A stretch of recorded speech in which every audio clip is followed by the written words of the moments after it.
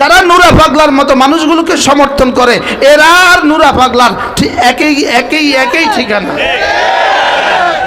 যে মাহাদি, যে নিজেকে মাহাদি দাবি করে, যে নিজেকে কালেমায়ে তৈয়বা বিবর্তন করে, যে আজান পরিবর্তন করে, যেই কুলাঙ্গার তার সমর্থন করে, সে তার মধ্যে পার্থক্য করে।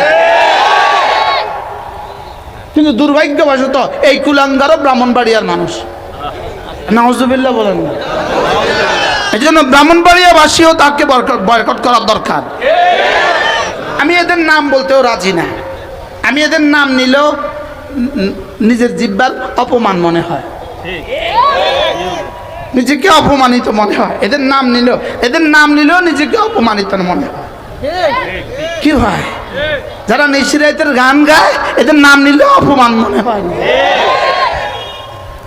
কি হাসরের ময়দানে কুলাঙ্গারদের সাথে দেখা হবে, আবার দেখা হবে। হাসরের ময়দানে কি হবে? দেখা হবে। আল্লামা সাজিদুর রহমান দামাত বারাকাতুহুল আলিয়া, আল্লামা সাজিদুর রহমান দামাত বারাকাতুহুল আলিয়া, ইনি শুধু ব্রাহ্মণবাড়িয়ার মানুষ নন, ইনি শুধু কুমিল্লার মানুষ নন। বাংলাদেশের টেকনাফ হতে তেতুলিয়া, রূপসা থেকে পাথরিয়া এমন কোন মাদ্রাসা নাই যে মাদ্রাসায় আল্লামা সাজিদুর রহমানের ছাত্র নাই। কি হয় না, আমি মুশতাকুন নবী আলহামদুলিল্লাহ বছরে 52 বার মিলাদুন নবী পালন করি।